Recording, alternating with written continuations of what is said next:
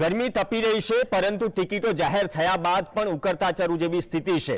વાત કોંગ્રેસની નથી થઈ રહી, વાત ભાજપની થઈ રહી છે। બેકગ્રાઉન્ડ સ્કોર સાથે જઈએ, કેમ કે જે ગણગણાટ છેલ્લા 2 દિવસથી ચાલી રહ્યો હતો કે સાબરકાંઠામાં ઉમેદવાર બદલાયા તો કદાચ શિરોમાન્ય હશે તમામ કાર્યકર્તાઓને પાર્ટી અને હાઈકમાન્ડનો આદેશ, પરંતુ મેઘરજ હોય, અરવલ્લી હોય, હિંમતનગર હોય, તમામ જગ્યાએ ભાજપના કાર્યકર્તાઓએ ગઈકાલે જે સોશિયલ મીડિયામાં મેસેજ વાયરલ થયા હતા કે સ્થાનિક ઉમેદવારને ટિકિટ આપો, ભાજપના પાયાના કાર્યકર્તાઓને ટિકિટ આપો, પરંતુ શોભના બારૈયાને ટિકિટ આપી મહેન્દ્રસિંહ બારૈયા જે કોંગ્રેસમાંથી ભાજપમાં આવ્યા, તો ઉમેદવાર બદલ્યા છતાં સાબરકાંઠામાં સ્થિતિ યથાવત છે। દ્રશ્યો પણ ચલાવો। હવે માત્ર વાત વિરોધની નથી, પરંતુ ઉમેદવાર બદલ્યા પછી પણ જો વિરોધ અકબંધ હોય તો પ્રદેશ નેતૃત્વ માટે શું સ્થિતિ ઊભી થાય? એક તરફ વિરોધ થઈ રહ્યો હતો, બીજી તરફ ભીખાજી ઠાકોર કમલમ પહોંચે છે, સી આર પાટીલ સાથે બેઠક કરે છે અને કહે છે કે વિરોધના સમાચાર મને મળ્યા છે, પણ તમામ વચ્ચે પાર્ટીનો જે આદેશ છે શિરોમાન્ય છે, હું પાયાનો કાર્યકર્તા છું અને મારા કાર્યકર્તાઓને સમજાવીશ। પરંતુ બીજી તરફ જે દ્રશ્યો જોવા મળ્યા એ દ્રશ્યો પરથી મેઘરજમાં સજ્જડ બંધ પડાયું અને મેઘરજ સાથે સાથે અરવલ્લી કમલમ છે, અરવલ્લી કમલમમાં પણ કાર્યકર્તાઓ પહોંચ્યા હતા અને નારાજગી દર્શાવી।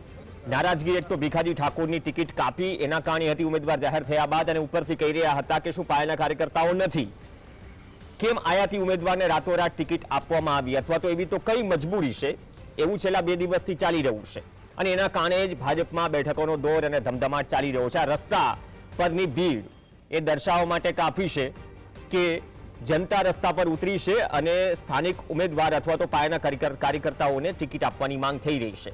તો શું વિવાદ સમી ગયો છે?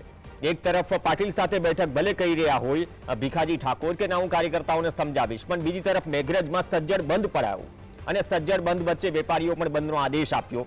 જ્યારે અરવલ્લી કમલમમાં કાર્યકર્તાઓ પહોંચે છે તો પોલીસનો ચુસ્ત બંદોબસ્ત ગોઠવાઈ જાય છે, ભીખાજીના સમર્થનમાં બેનરો લાગે છે, ચૂંટણીના બહિષ્કાર કરવાની વાત કરવામાં આવે છે। તો શું ખરેખર સાબરકાંઠામાં ઉકળતા ચરુ જેવી સ્થિતિ છે ભારતીય જનતા પાર્ટી માટે? કેમ કે તુષાર ચૌધરીના રૂપમાં કોંગ્રેસે ઉમેદવાર ઉતાર્યો છે અને આ પ્રકારની સ્થિતિ વર્ષો બાદ જોવા મળી રહી છે, અને વર્ષો બાદ એ કારણોસર જોવા મળી રહી છે કે ઉમેદવાર બદલ્યા બાદ પણ જો સાબરકાંઠા ભાજપના વોટ્સએપ ગ્રુપથી માંડી તમામ જગ્યાએ ચર્ચા ચાલતી હોય કે સાહેબ અમારું સાંભળો, સેન્સ પ્રક્રિયા હાથ ધરાઈ, હાઈકમાન્ડનો થપ્પો લાગ્યો, છતાં પણ આ વિરોધ અકબંધ છે। ભીખાજી ઠાકોરે તો કહ્યું, પરંતુ આ પ્રકારની સ્થિતિમાં શું કાર્યકર્તાઓ માનશે? 2000 જેટલા કાર્યકર્તાઓએ રાજીનામા પણ આપ્યા છે એવી ચર્ચા છે અને કહી રહ્યા છે કે અમે મનાવીશું। હવે આ કાર્યકર્તાઓએ રાજીનામા જે આપ્યા છે એ મેઘરજ હોય, અરવલ્લી પંથકમાંથી આપ્યા છે અને આ અરવલ્લી પંથકના કાર્યકર્તાઓએ રાજીનામા શું આ કારણોસર જ આપ્યા છે અથવા તો કારણ બીજું પણ હોઈ શકે? માત્ર ઉમેદવાર બદલવાથી સ્થિતિ શું આ પ્રકારની સ્થિતિ થશે? હવે બીજી તરફ સુરેન્દ્રનગરની વાત કરીએ, કેમ કે સુરેન્દ્રનગરમાં ચંદુભાઈ સિંહોરાને ટિકિટ આપી છે ભારતીય જનતા પાર્ટીએ। કેન્દ્રીય મંત્રી ડોક્ટર મહેન્દ્ર મુંજપરા રિપીટ નથી કરાયા, પરંતુ તળપદા કોળી સમાજને ટિકિટ આપવાની માંગ કરી રહ્યો છે। સંમેલનની વાત થઈ રહી છે, જો કોંગ્રેસ તળપદા કોળી સમાજને નેતાને ટિકિટ આપશે તો કોંગ્રેસ સાથે જશે। સુરેન્દ્રનગરમાં આ સ્થિતિ છે। એક તરફ જે ચંદુ સિંહોરા છે તેમને ટિકિટ આપવામાં આવી છે, પણ વાત એ પણ થઈ રહી છે જે પરિસ્થિતિ છે, એક તો ચુવાડિયા કોળી સમાજ અને તળપદા કોળી સમાજ વચ્ચે વોટ બેંકની રાજનીતિ ભાજપ અને કોંગ્રેસ વર્ષો સુધી કરતી આવ્યું છે, પરંતુ આ પ્રકારની સ્થિતિમાં શું સુરેન્દ્રનગરની સીટ મુકાઈ ગઈ છે કે વર્તમાન સ્થિતિમાં જો સાંસદ કપાય તો સામે તળપદા કોળી સમાજ મેદાનમાં આવી જાય અને કહે કે નહીં અમારા સમાજને ટિકિટ આપો? આ સ્થિતિ જૂનાગઢ અને ભાવનગરમાં પણ છે, જ્યાં અલગ અલગ રીતે બેલેન્સ કરવાનો પ્રયત્ન થાય છે। સોશિયલ એન્જિનિયરિંગ આજના જમાનામાં એને કહેવાય છે સુધરેલી ભાષામાં। પણ જે ઉમેદવાર છે ચંદુભાઈ સિંહોરા 10-12 વર્ષ પહેલા આમ તો મૂળ કોંગ્રેસી છે, તાલુકા પંચાયતમાં કોંગ્રેસ લડેલા, કોંગ્રેસમાંથી તાલુકા પંચાયત લડેલા, બાદમાં જિલ્લા પંચાયતમાં પણ આવ્યા, હળવદ તાલુકા પંચાયત કારોબારી ચેરમેન પણ હતા અને જિલ્લા પંચાયત જીતવા એમને ભાજપમાં પ્રવેશ કરાવેલો। તો આ હિસ્ટ્રી છે। તો 2 જગ્યાએ વિરોધ છે, એક જગ્યાએ ઉમેદવાર જાહેર થયા બાદ અને એક જગ્યાએ ઉમેદવાર બદલ્યા બાદ। તો આ પ્રકારની સ્થિતિ સુરેન્દ્રનગરમાં છે। હવે આ સ્થિતિ, આ ડેમેજ કંટ્રોલની સ્થિતિમાં છે શું ભારતીય જનતા પાર્ટી? કોંગ્રેસે તો ઉમેદવાર હજુ જાહેર કરવાના બાકી છે, ભાજપે 5 બાય ઇલેક્શનમાં જે વિધાનસભા થવાની છે તેમના માટે પણ ઉમેદવાર જાહેર કર્યા છે, પણ એક નવો પડકાર સિસ્ટમેટિક અને શિસ્તબદ્ધ ગણાતી ભારતીય જનતા પાર્ટી માટે. બે ખાસ મહેમાન આપણી સાથે જોડાઈ ગયા છે. યોગેશ સુરગર આપણી સાથે જોડાઈ ગયા છે અને વિમલ વૈદ્ય જોડાઈ ગયા છે. બંનેનું સ્વાગત છે. વિમલભાઈ, ગઈકાલે રાત્રે 8ના ટકોરે આપણે ડિબેટ કરી હતી અને ચર્ચા કરી હતી કે સોશિયલ મીડિયામાં જે બળાપો ઠાલવી રહ્યા છે એ કાર્યકર્તાઓ રસ્તા પર ઉતરી ગયા. સાબરકાંઠામાં જે દ્રશ્યો દિવસભર જોયા, અરવલ્લી કમલમ ના હોય, મેઘરજમાં સજ્જડ બંધ ના હોય, આ રેલી ના હોય, 2000 કાર્યકર્તાઓ રાજીનામા આપે છે. અત્યારની પરિસ્થિતિમાં જ્યારે 156 બેઠકો ભારતીય જનતા પાર્ટી જીતી અને ઉપરથી ભીખાજી ઠાકોર જેના સમર્થનમાં રેલીઓ નીકળી રહી છે, એ ભીખાજી ઠાકોર કમલમમાં CR પાટીલ સાથે બેઠક કરે છે, મીડિયા સાથે વાતચીત કરે છે, કહે છે કે પાર્ટીનો આદેશ મારા માટે શિરોમાન્ય છે, હું મારે કાર્યકર્તાઓને સમજાવીશ. ખરેખર મીડિયા સમક્ષ નિવેદન આપવું અને ખરેખર અરવલ્લીમાં જે સ્થિતિ બની છે, શોભનાબેન બારૈયા આવ્યા બાદ કેટલું અંતર જોઈ રહ્યા છો? શું સ્થિતિ છે હાલની ત્યાં? ના, એટલે ભીખાજીની પોતાની ગમે તે ઈચ્છા હોઈ શકે, પણ એક તબક્કો એવો હોય છે કોઈ પણ પ્રક્રિયાનો કે જેમાં તમે તમારા કાર્યકરો ઉપર પણ પૂરો નિયંત્રણ ન દાખવી શકો. એક લીડરની પણ એક મર્યાદા આવી જતી હોય છે પોતાના કાર્યકર્તાઓ ઉપર નિયંત્રણ રાખવાની. કાર્યકર્તાઓ છે, એ ગુલામો નથી. અને આજે આ પરિસ્થિતિનું નિર્માણ થયું એ એક માનસિકતામાંથી ઊભું થયું કે તમે અમને ગણતા જ નથી.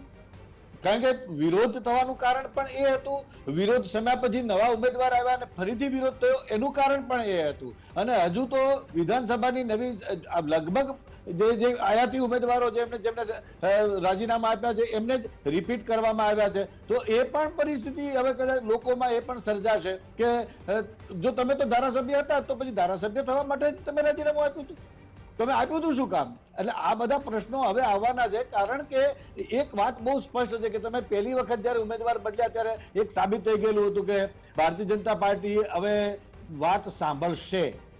જો પ્રદેશ હાઈકમાન્ડે કે કેન્દ્રના હાઈકમાન્ડે આ વાતને ડેમેજ કંટ્રોલ કરવાને બદલે પકડી જ રાખી હોત તો કદાચ બીજી બધી જગ્યાએથી વિરોધનો સૂર ના ઉઠ્યો હોત. પણ આપણે ગઈકાલે એ પણ વાત થઈ હતી કે આનો ચેપ બીજે લાગશે, સાબરકાંઠાનો ચેપ બીજે લાગશે. આજે આપણે સુરેન્દ્રનગરમાં જોઈએ છીએ, બીજે બધે કઈ અસંતોષ નથી એવું નથી, પણ એ બહાર નથી આવતો. વડોદરામાં અને સાબરકાંઠામાં અને હવે સુરેન્દ્રનગરમાં બહાર આવી ગયો. એટલે બધી જગ્યાએ અસંતોષ છે. અને આ અસંતોષ પણ ભારતીય જનતા પાર્ટીની એક સિસ્ટમ એવી છે કે ચૂંટણી પહેલાનો તમામ અસંતોષ ચૂંટણી લડતી વખતે એ પાછો સંગઠનમાં ફેરવાઈ જતો હોય છે. એટલે બહુ ચૂંટણીમાં નુકસાન સુધી પહોંચતો નથી, જે કોંગ્રેસનો ઇતિહાસ ચૂંટણીના નુકસાન સુધી રહ્યો છે. પણ ભૂતકાળમાં કોંગ્રેસ જે પરિસ્થિતિમાં હતી કે કોંગ્રેસની સામે કોઈ મજબૂત વિરોધ પક્ષ નહોતો, પણ કોંગ્રેસમાં જ કોંગ્રેસના જૂથો વિરોધ કરતા હતા, એ પરિસ્થિતિ તરફ હવે ભાજપ જતું હોય. એક તરફ આયાતી ઉમેદવાર છે, શું એ પ્રકારની સ્થિતિ વિકટ થઈ ગઈ છે? થોડી વારમાં શક્તિસિંહ ગોહિલની પણ બાઇટ પ્લે કરશું વિમલભાઈ, કે ગઈકાલે જ્યારે સાબરકાંઠામાં એવી ચર્ચા હતી કે રાજેન્દ્રસિંહના ફાર્મ હાઉસમાં બેઠક થઈ અને ભીખાજી ઠાકોર સાથે ચર્ચા પણ કરી. આ સવાલ જ્યારે શક્તિસિંહને પૂછાયો ત્યારે સવાલ એને ટાળી ન દીધો, પરંતુ ઉલટાની કોંગ્રેસ કરતા ભાજપના કાર્યકર્તાઓની જે સ્થિતિ છે, કોંગ્રેસી જ્યારે ભાજપમાં ગયા બાદ, એટલે એ હૈયાવરાર છે શક્તિસિંહે ઠાલવી. તો ખરેખર સિચ્યુએશન ડેમેજ કંટ્રોલમાં છે અથવા ગઈકાલ કરતા છેલ્લા 2 દિવસ કરતા વધુ બગડી છે સાબરકાંઠામાં? ના, એટલે સાબરકાંઠામાં હવે કંઈ પણ તમે કરો, આપણે પેલી કહેવત છે ને, બૂંદ સે ગઈ વો હોશ સે નહીં સુધરતી, બસ આ એ પરિસ્થિતિ છે કે તમે ગમે તે કરશો, હજુ પણ ત્રીજો ઉમેદવાર લાવશો તો પણ પરિસ્થિતિ હવે બહુ સુધરે એવી પરિસ્થિતિ નથી.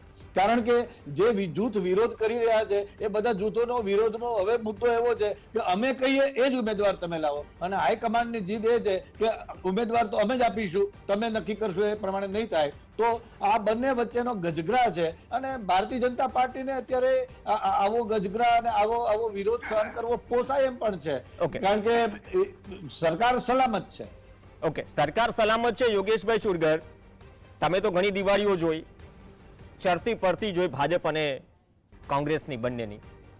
આ કઈ પ્રકારની સ્થિતિ છે મૂલવો છો? એક તરફ કાર્યકર્તાઓની ભીડ છે સાબરકાંઠામાં, બીજી તરફ સુરેન્દ્રનગરમાં ટિકિટ જાહેર થયા બાદ કહી રહ્યા છે તળપદા સમાજના આગેવાનો કે તળપદા કોરીને ટિકિટ આપવામાં આવે, જ્યાં કેન્દ્રીય મંત્રીની ટિકિટ કપાય છે. પ્રવીણભાઈ, હું વર્ષોથી તમે કીધું એ પ્રમાણે ભાજપ અને કોંગ્રેસની પરિસ્થિતિઓ જોતો રહ્યો છું, અને ભારતીય જનતા પાર્ટી એક શિસ્તબદ્ધ અને કેડરબદ્ધ પાર્ટી છે, અને એમાં એમનું હાઈકમાન્ડ જે નક્કી કરે અથવા તો પાર્ટી તરફથી જે આદેશ આપવામાં આવે દરેક નાનો મોટો બધા જ કાર્યકરો એને સ્વીકારી લે છે. કોઈ નેતા હોય કે નાનો કાર્યકર હોય ક્યાંય કોઈ વિરોધ નથી કરતું અને એ એક જાતનું આવરણ હતું. હવે આજે આ આવરણ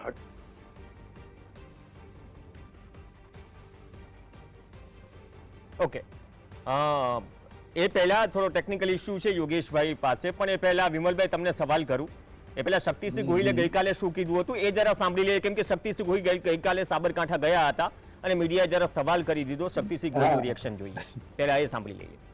ભારતીય જનતા પાર્ટીના અનેક કાર્યકર્તાઓ ખૂબ નારાજ છે, કારણ કે જેમણે ભાજપને ઊભી કરી, જેમણે સતત કોંગ્રેસનું શાસન હોય તો પણ એમના સિદ્ધાંતને પકડીને ભાજપ સાથે રહ્યા, એવા ભાજપના કાર્યકર્તાઓ જ હવે સોશિયલ મીડિયામાં લખે છે.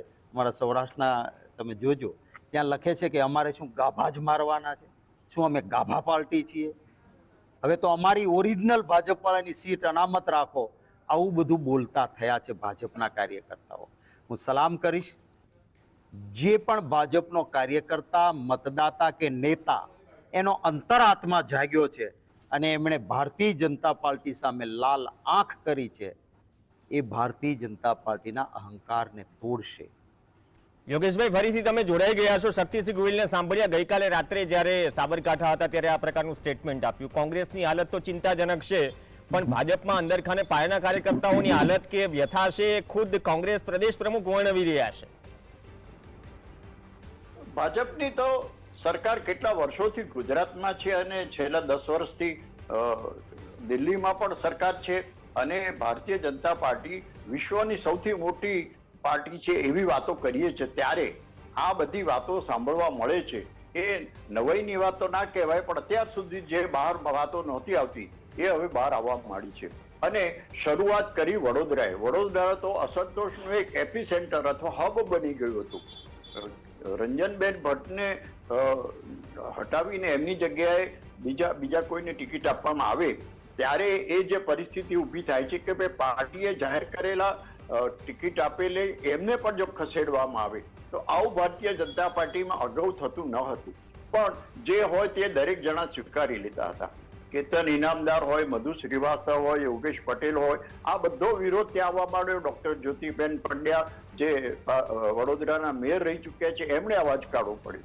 ત્યારે આ પરિસ્થિતિમાં જો ત્યાં પરિસ્થિતિ આ રીતે હોય તો ભારતીય જનતા પાર્ટીને હવે શિસ્તબદ્ધ પાર્ટી કે કેડરબદ્ધ પાર્ટી કહેવાનું કેટલું યોગ્ય લેખાશે. પણ યોગેશભાઈ, જે વિમલભાઈ જે વાત કરી, તમે જે વાત કરી કોમનલી કે હાઈકમાન્ડ, જેમ કે આજે ભીખાજી ઠાકોરે કહ્યું કે પાર્ટીનો આદેશ શિરોમાન્ય હશે, પણ હવે પરિસ્થિતિ એ થઈ ગઈ ને કે નેતાઓ આદેશ ઝીલી લેશે, પણ નીચે જે મેસેજ જાય છે પાયાના કાર્યકર્તાઓ માટે, ચાહે કોંગ્રેસ હોય કે ભાજપ હોય, યોગેશભાઈ, એ શું હવે કાર્યકર્તાઓએ જતાવવા માંડ્યા છે કે નહીં બસ હવે બહુ થયું? કેમ કે શક્તિસિંહ ગોહિલ જેટલી ચિંતા કરે છે કોંગ્રેસની એટલી તો ભાજપની પણ કરી નાખી. આજકાલ એ નવું પરિવર્તન છે, ખબર નહીં ગુજરાતની રાજનીતિમાં, એકબીજાની ચિંતા બહુ કરતા થયા છે કે ભાજપના પાયાના કાર્યકર્તા માટે પણ બેઠકો અનામત રાખવામાં આવે એ પ્રકારની સ્થિતિ છે. આ તો વિપક્ષ તરીકે વાત કરી, પણ શું ખરેખર આ પ્રકારની સ્થિતિ છે?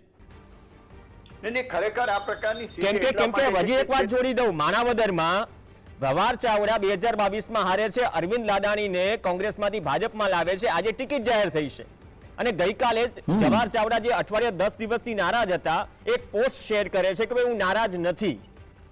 એટલે આવું એક જગ્યાએ નથી, ઘણી જગ્યાએ થઈ રહ્યું છે. જેમ ભીખાજીએ પાટીલની હાજરીમાં કહેવું પડ્યું કે ભાઈ હું બધું સંભાળી લઈશ, એક માત્ર કહેવા પૂરતું કહ્યું હશે, બાકી ત્યાં એમના સમર્થકો જે રીતે વિરોધ કરી રહ્યા છે એમાં ભીખાજીનો હાથ ના હોય એવું માનવાને કોઈ કારણ નથી. અને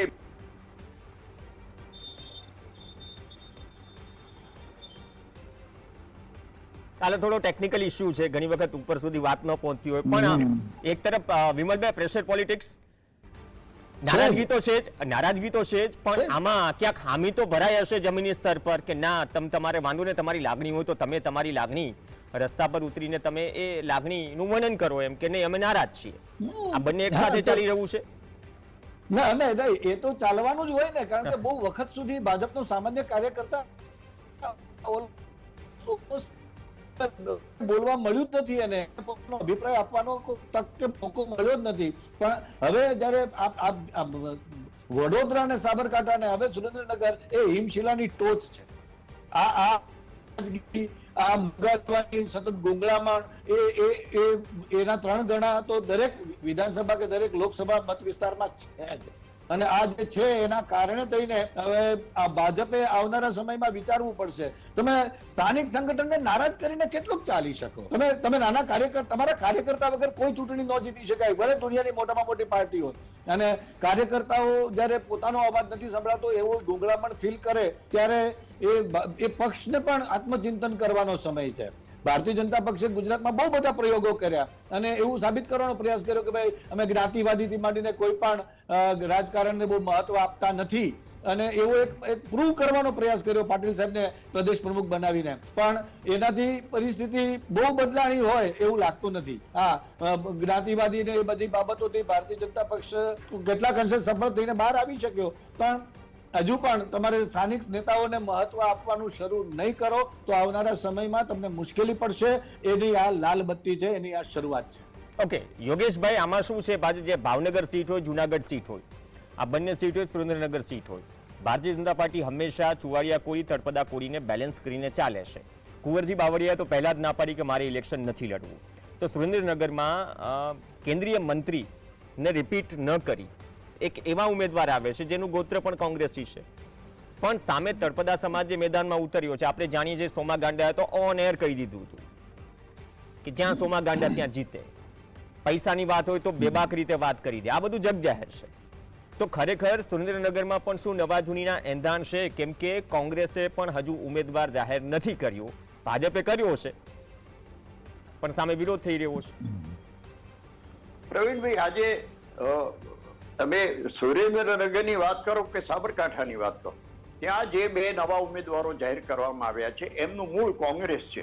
અને ભારતીય જનતા પાર્ટીના હજારો કાર્યકરો, કેટલા બધા નેતાઓ પોતાની જાત ઘસીને આ પ્રદેશમાં સંગઠન મજબૂત બનાવ્યું છે. અગાઉ ત્યાંથી પણ જીત્યા છે. ભલે જુનાગઢમાં બહુમતી વધારે નહોતી મળી, 2 લાખથી ઓછી હતી, પણ ત્યાંથી જીત્યા હતા. ત્યારે એ કાર્યકરોને એમ તો લાગે જ ને કે ભાઈ અમારો અવાજ કોઈ સાંભળતું નથી. આજે પેટા ચૂંટણી માટેની 5 સીટો જાહેર થઈ, 5માં એક પણ ભાજપ કાર્યકર નથી, બધા જ આયાતી ઉમેદવાર છે. ભાઈ ધર્મેન્દ્રસિંહ વાઘેલા તમે ગણો તો એ અપક્ષ હતા, એ ક્યારે ભાજપમાં હતા જ નહીં. અને બાકીના બધા જ તમે CJ પટેલ, અર્જુન મોઢવાડિયા, અરવિંદ લાડાણી, ચિરાગ પટેલ, બધા જો તો મૂળ કોંગ્રેસમાંથી આવેલા છે. તો મને તો નવાઈ એ લાગે છે કે અર્જુન મોઢવાડિયાને કોંગ્રેસમાંથી જીત્યા પછી ભાજપમાં આવે અને ભાજપમાંથી ફરી ચૂંટણી લડે, એને બદલે લોકોનો અને રાજ્યનો ખર્ચો બચાવવા માટે એમને એમ કહી દઉં છું કે કાલથી હું ભાજપમાં. આ બધી ચૂંટણી કરો, આ કરો, અને એમાં પાયાના કાર્યકરોને તમે બાજુમાં ધકેલી દો અને વર્ષો સુધી પરસેવો પાડીને આ પાર્ટીને મજબૂત કરી અને એમને કોઈ પૂછવામાં જ ના આવે. અને આયાતી ઉમેદવારોને જો તમારે આ 5 ચૂંટણીમાં લડાવવાના હોય, પેટા ચૂંટણીમાં, તો પછીથી પાર્ટીના કાર્યકરો મન લગાવીને કામ કરશે કે કેમ? કોંગ્રેસ તો તમે આપણે બહુ સ્પષ્ટ રીતે વાત કરીએ છીએ કે એમને તો ઉમેદવારો જ મળતા નથી. હવે ઉમેદવારો જ મળતા નથી ત્યારે આ પરિસ્થિતિ ભાજપમાં છે કે એમને પણ ઉમેદવારો પાર્ટીમાંથી નથી મળતા કે જેથી કરીને આયાતી ઉમેદવારોને તમારે ગોઠવવા. સાહેબ, સક્ષમ ઉમેદવારો પણ જોઈએ ને. ચૂંટણી મોંઘી થઈ ગઈ છે, માત્ર શાકભાજી પેટ્રોલ જ નહીં. જાહેરમાં સ્વીકારે છે, નેતાઓ જાહેરમાં સ્વીકારે છે કાર્યકર્તાઓ કે એક લોકસભા લડવું હોય. તમે પેલો ફિલ્મનો ડાયલોગ યાદ કરો કે પેલો કહે છે કે ભાઈ તેરે પાસ ક્યાં હૈ? તો કે મેરે પાસ માં હૈ. અત્યારે તો દરેક જણ એમ કહે છે કે તેરે પાસ ક્યાં હૈ? તો મેરે પાસ નરેન્દ્ર મોદી હૈ. હવે મોદીના નામ ઉપર જ જો જીતવાનું હોય તો પછી આમાં સક્ષમની વાત જ ક્યાં આવી? એવું કહેવાય છે, ભાજપના કાર્યકરો પણ કહે છે કે થાંભલો ઉભો રાખીએ તોય કમળના નિશાન ઉપર જીતી જાય. ત્યારે આ પરિસ્થિતિ જો ભાજપનો અહંકાર હોય અથવા તો એમ કહેવાય કે ભાજપ પોતે 2004 ભૂલી ગયું કે ઇન્ડિયા શાઇનિંગ, ઇન્ડિયા શાઇનિંગ. અત્યારે આવી રીતે ભાજપ એમ સમજતું હોય કે અમે 10 વર્ષ તો રાજ કર્યું, હજુ બીજા 5 વર્ષ કરીશું, તો મને લાગે છે કે આ અહંકાર ક્યાંક ને ક્યાંક નડશે.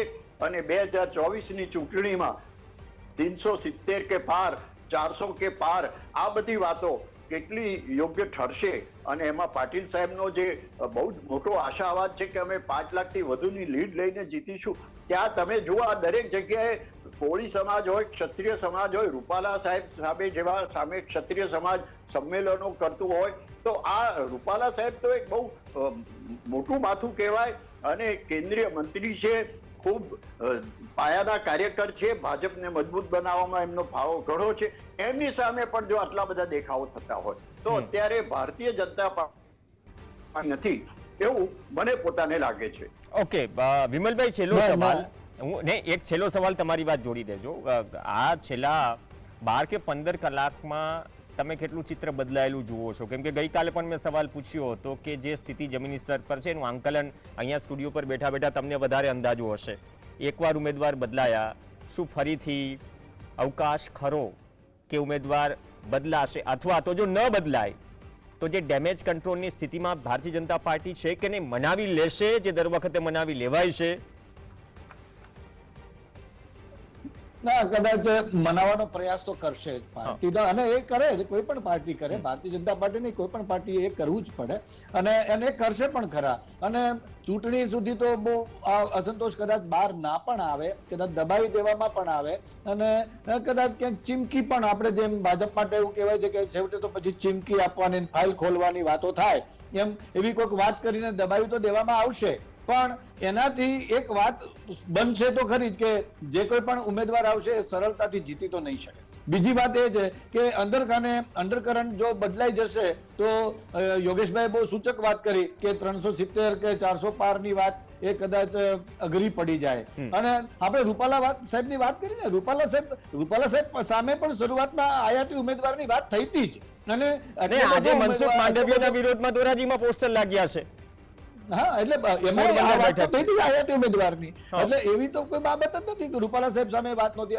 અને બીજી બાબત એ છે કે કરણી સેના કે રજપૂત સમાજ કે આ બધા જે આટલો બધો વિરોધ કરી રહ્યા છે, રૂપાલા સાહેબે માફી માંગ્યા પછી પણ વિરોધ કરી રહ્યા છે, એટલે એ કઈ માત્ર સામાજિક વિરોધ છે એવું નથી, એની પાછળ કોઈક રાજકીય હાથ પણ હોય, અને હાથ નહીં, હાથ પગ ને અહીં બધું જ હોય, આ પણ સંભાવના છે. ઓકે, બહુ સારી વાત કહી. કેમ કે ઘણા બધા સિનિયર નેતાઓ છે, સિનિયર નેતાઓને ગુજરાત બહારની જવાબદારી સોંપવામાં આવી છે, પણ જેમ અંતરાત્મા ગઈકાલે પણ જાગ્યો હતો ઘણા નેતાઓનો, એ અંતરાત્મા જાગીને ઘણાએ 22માં પણ ચૂંટણી લડવાની ના પાડી, અને સાથે સાથે કોંગ્રેસની જેમ ભાજપના સિનિયર નેતાઓએ પણ 24માં પણ ચૂંટણી લડવાની ના પાડી.